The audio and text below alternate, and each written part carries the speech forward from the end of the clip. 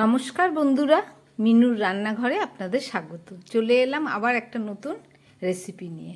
আজকের আমি কিছুটা এই যে কুঁদরি, এটার নাম কে কী নামে বলে আমি জানি না, আমাদের তো ছোটোবেলায় এই নামটাই শুনে এসছি। কিছুটা এই কুঁদরি নিয়ে নিয়েছি, সঙ্গে নিয়েছি আলু আর নিয়েছি কিছুটা চিংড়ি মাছ।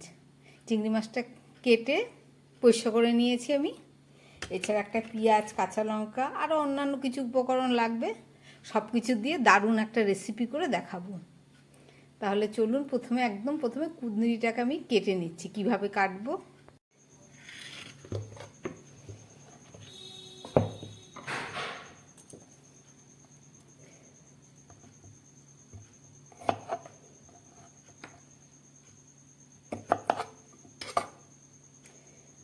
অনেকে গোল গোল করে কাটে, আমি একটু লম্বা করেই কাটবো। এই দেখুন, এটা একটু বেশি পেকে গেছে হয়তো, ওই জন্য ভেতরটা লাল। আমি আরেকটা কেটে দেখাচ্ছি।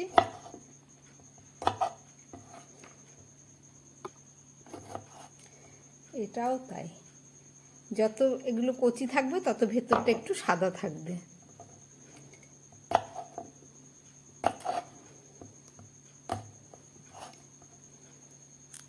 এই দেখুন, এটা হচ্ছে একদম কচি। কচিগুলোই বেশি নরম হয়, আর এগুলোও খেতে ভালো।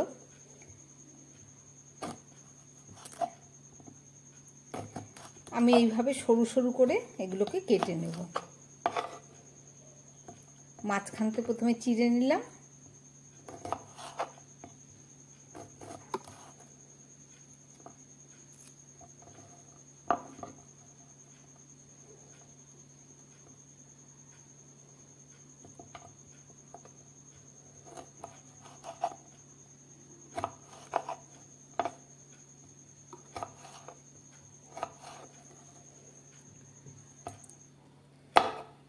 সমস্ত কুঁদরিগুলোকে আমি এইভাবে কেটে নেব।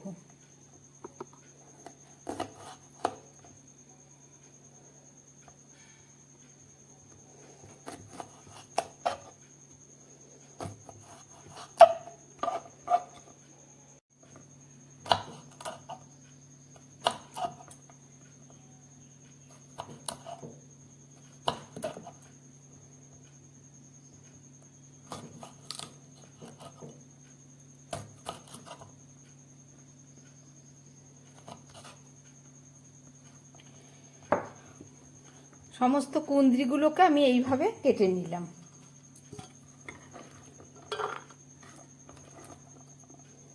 এই দেখুন, দুই একটা আবার খুব লাল।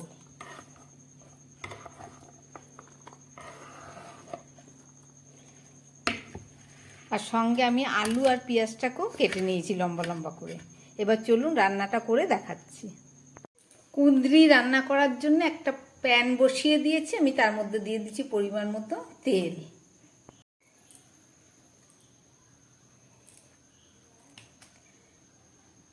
এবার এর মধ্যে দিয়ে দিচ্ছি আমি একটু পাঁচফোড়ন, আর দিয়ে দিচ্ছি চিংড়ি মাছটা। এটাকে নুন মেখে নিয়েছি।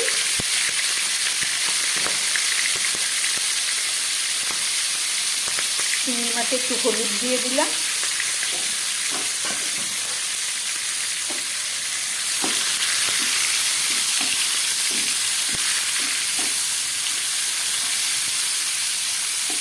এদিকে ফোড়নটা রেডি হয়ে গেছে। আমি পেঁয়াজগুলো দিয়ে দিচ্ছি। পেঁয়াজ আর কাঁচা লঙ্কাটা দিয়ে দিলাম, আর দিয়ে দিচ্ছি আলুটা। সব আমি একসঙ্গেই একটু ভেজে নেব।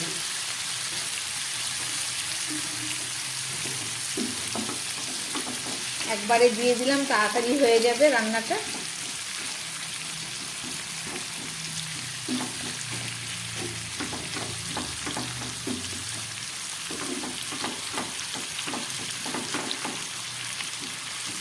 একটু ভাজা হোক।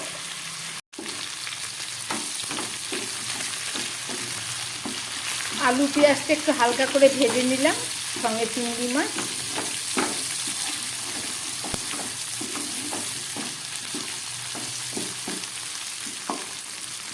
এবার এই কেটে রাখা কুঁদরিগুলো আমি এর মধ্যে দিয়ে দিচ্ছি।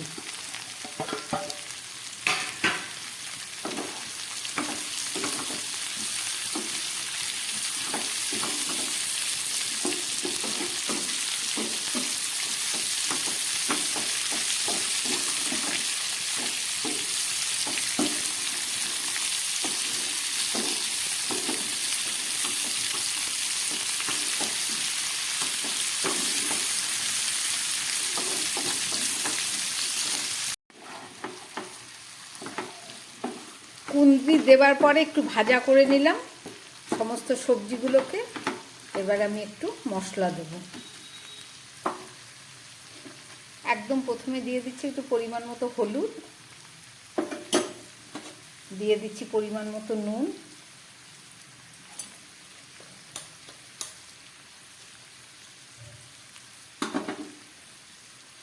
দিয়ে দিচ্ছি হাফ চামচ জিরের গুঁড়ো,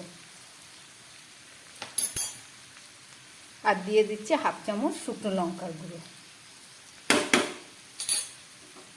সব কিছু দিয়ে এবার খুব ভালো করে আমি একটু ভেজে নেব।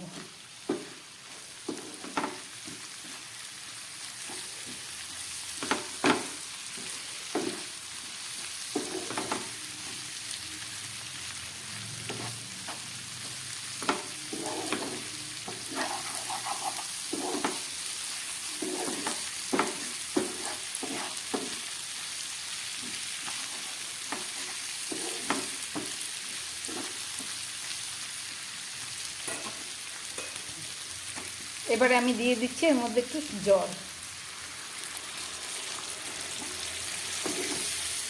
বেশি জল দেব না, সিদ্ধ হবার মতো দেবো, কেননা এটা একটু গায়ে মাখা তরকারি হবে।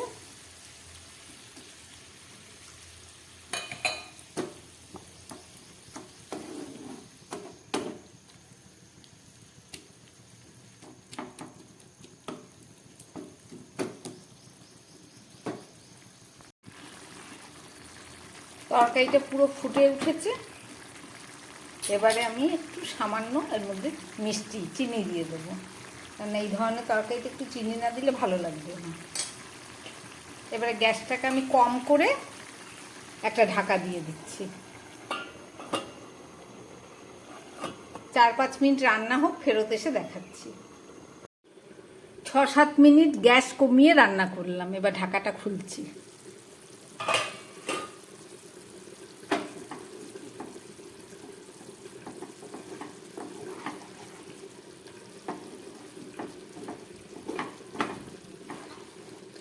ঝোলটা সব শুকিয়ে গেছে। দেখুন তরকারিটা কত সুন্দর গায়ে মাখা হয়ে গেছে। দেখি আলুগুলো, দেখুন আলু পুরো সিদ্ধ হয়ে গেছে, আর কুঁদরিও পুরো নরম হয়ে গেছে। আমার রান্নাটা প্রায় হয়ে গেছে। আমি এবার এর উপরে একটু ধনেপাতা দিয়ে দিচ্ছি। খুব সামান্যই ধনেপাতা দিলাম।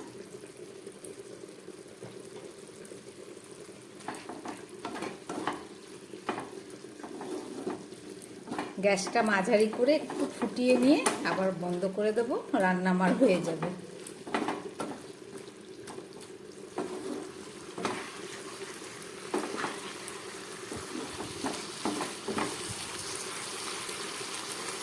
অনেকে কুঁদরি এইভাবে কেটে শুধু ছাকা তেলে ভেজে খেতেও খুব সুন্দর। আমি এটা তরকারি মতো করলাম।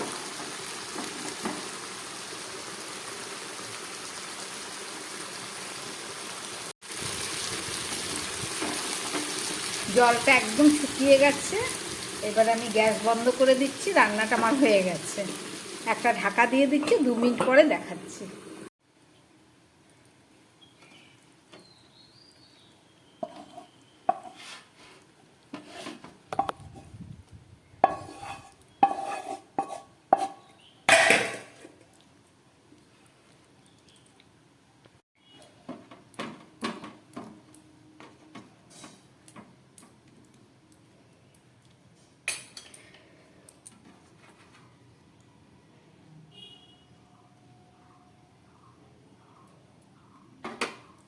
রান্না করলাম কুঁদরি আলু চিংড়ি মাছ দিয়ে একটা রেসিপি।